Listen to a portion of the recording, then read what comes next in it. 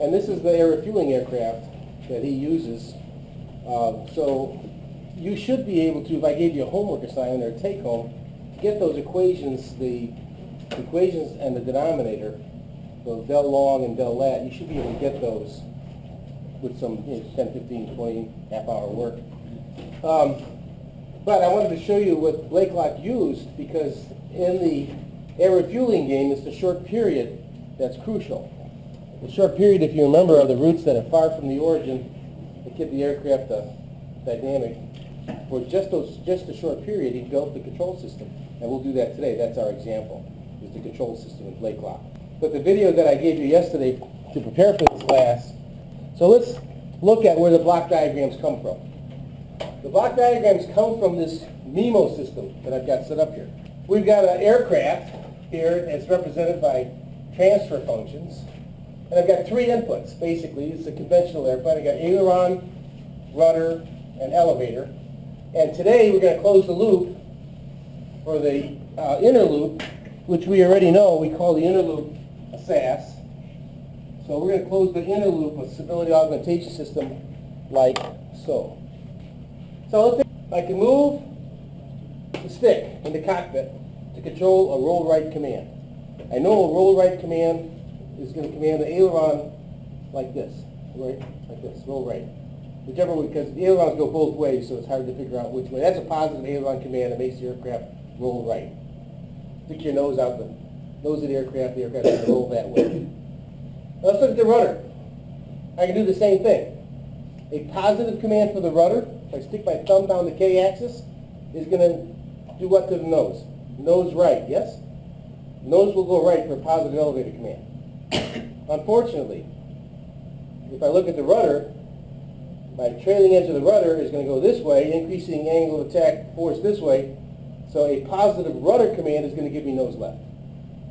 So I have a sign convention problem that a nose left positive gives me a nose right negative. So how do I handle that? Lots of different ways. But the easiest way is to say a nose right command, which would be right rudder from the from the cockpit's point of view, the right rudder step, your right foot, will give you a negative rudder command by convention. And today what we're going to work on is, of course, the pitch-up command. The pitch-up command, again, is a stick pull in the cockpit. So I got a stick pull. I'm going to pull back on the stick in the cockpit. I expect the nose is going to go up. That's what I expect. So let's open the loop for a second. So a stick pull in the cockpit will go through. I have no compensation. That's 1. So I go through the 1, and I get a negative elevator deflection by convention. A negative elevator deflection means the nose is going to go up. So negative elevator deflection, pitch-up command, goes through the actuator, gives me an elevator deflection that causes a nose up. A negative elevator deflection will cause a nose up. And if I take the transfer function of pitch rate, or theta, or alpha, to minus del E, then a positive number down here, which is a negative command, will give me a positive number up here. I have all positive numbers in my transfer function. I won't have any problem with my U locus. Right? At least I'll eliminate them. Then out will come, so again, you see the like Kramer's rule convention, I have Q to minus delta E. I have Q coming out, right? I'm going to hook up my gyro. I'm going to hook up my gyro to the input side of the stick. So I'll have an input, I'll have a command that's augmenting the pilot stick command in a feedback loop, and that's what we're going to look at today, design it for the aircraft. So look at Blakelock's inner loop. We're just talking about the inner loop there. First thing to notice is he's replaced this whole airplane block with just the not only just the pitch transfer function, but it's just a short period approximation to it. You see that? So the first thing you want to do is to look at the roots of this and make sure that those roots are pretty close to the full fourth order set. And I do that in the video that I gave you yesterday. I'll show you how to do that. But here's the second order system. He replaced and look at the minus sign, see? Look how Blakelock handles the minus sign. If you go through the whole forward loop, the minus signs cancel, don't they? Right? So he has the minus signs embedded in his actuator, and he keeps the original transfer function so that the minus signs cancel, and that means a positive Q will result from a positive signal here. Do you remember the F4 we did yesterday? That F4 landing? I did that on MATLAB. Well, the F4 in the landing configuration controls angle of attack. It doesn't control Q, of theta. So I should have to redo, tomorrow, I'll redo the F4 example, feeding back alpha in my outer loop instead of, because that's how they really do it. All right, so one more time. I closed the inner loop through 1.22. I picked that. This is where the roots, I picked this guy here, where the roots came down. It came down from somewhere over here, and it came down to the pretty close to being equal. And that gain, for that to happen, was 1.22. So I fed that back. It gave me my Sas.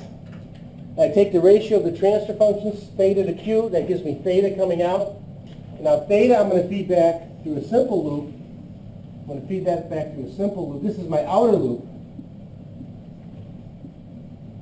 And I'm going to put down selected, right? In other words, I don't have to have this on. This is always on. This is not necessarily always on. And then I'm going to put a gain here, my kg, right, in here. And now I can put down and say this is theta command. Theta command going through kg, and we're going to select the kg now. Now you might say, could I have actually divided by the transfer functions here? Could I have actually done this, and would I get the same answer? Yes.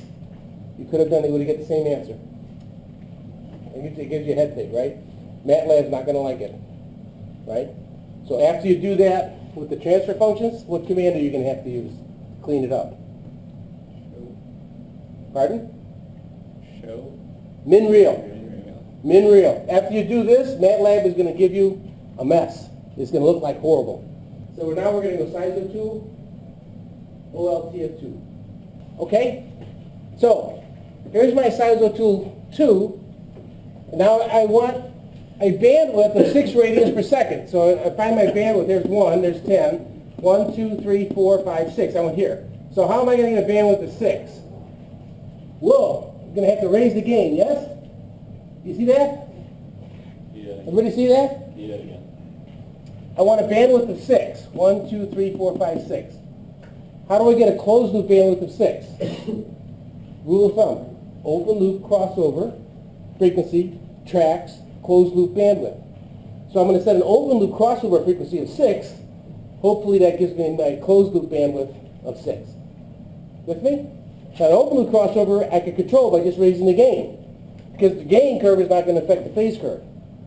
You can look at the bottom where it says frequency, and it's going to tell me when I get to 6. You see that 5.3, 5.9, there you go, 6.06 right here. See that? 6.06. I've got my crossover frequency of 6, so I should have met the first criterion, which is always a criterion in the closed loop bandwidth. So I met my closed loop bandwidth. Now I just got to make sure I get phase margin of 60 degrees. Oh crap. So I look over here at my phase margin. My phase margin, here's 180. Uh-oh. I'm below the 180 line. What does that mean? That means when I close the loop, I will be unstable. So I cannot meet both specifications only using gain. 60 years old. So there's your 60 degrees, and I go up here and look and say, okay, my 1.72, that's my crossover frequency. So what do I tell the customer? I got a 1.7 bandwidth. That's as good as I can do because I haven't finished BZA's class, right? That's as good as I can do right now. Roots look good. You got a closed loop damping pole over there at 0.4. Now that ought to be a flag, 0.4. So here's another rule of thumb for you to remember or forget or whatever. What does 0.4 look like in time, in the time domain? Well, this is what a test pilot will do. Multiplies the damping by 10. Okay? 7 minus the damping times 10 is the number of overshoots. So if I got 0.4, that's 4. 7 minus 4 is 3. So I'm going to have 3 overshoots in my time response. 1, 2, well, almost 3. So there's good solid 2 to 3 overshoots. That's because of the 0.4. So this is lousy. It's got a pretty good rise time, you know, but it doesn't meet the spec. It just doesn't meet the spec. So that's as good as I can do right now. I can build a cast. It's got 60 degrees of phase margin, right? So if you allow me to reduce the bandwidth, I can get you a pretty nice system that you would like. my second open loop transfer function, which is my first closed loop transfer function divided by S, times 3, because the 3 is occurring in the forward loop now, right? Simple feedback. And this will give me the closed loop transfer function that you just saw on the step response. Okay. So you see I'm skipping going back and forth because I know what the response is going to look like based on, so you can call this the first example of loop shaping.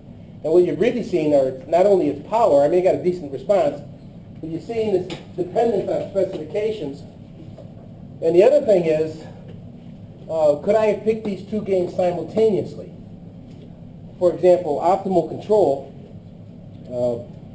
in 320 you should have had this somewhere, but it'll pick these two gains simultaneously to minimize some criteria, right? So you could pick these two gains to put the roots anywhere you want.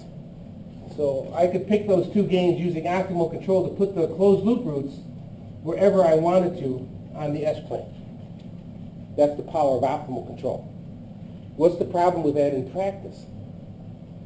I don't know where the hell I want to put the roots, right? The other thing is, I want to be able to fly this inner loop when the outer loop's open. I don't know what outer loop I want to control. I might want to control theta. When I'm landing, I might want to control alpha. I might want to put the speed control on it, U. So I might want to do a whole host of things, right? Now once you lock me in doing this, it looks great in MATLAB, but it won't work in practice. It won't work in practice. The other thing is, what if you don't like, remember you're going to take this linear control law, you're going to put it in a nonlinear system, and you're going to test it in the flight simulator or in flight. And the pilot's going to come back, and he's going to say, I don't like it. And you're going to say, well, okay. He'll say, fix it. Or she'll say, fix it. What do I fix? I have no idea, right? But if I'm doing it this way, then I can kind of troubleshoot down what exactly is wrong. Disconnect this loop. Is it flying okay now? Oh yeah, it flies okay now. Well, then this is fine. Then I can worry. So I can troubleshoot what's happening. This is the getting me off on a tangent here. This is the problem with automation. Right? As you get farther and farther from the insight into how your system's operating, and more dependent on the computer output, as that happens, you become more and more distant from how to fix it. But we won't have any idea why they're crashing or going wrong unless you put a black box like they have in airplanes. Put a black box in these automated systems.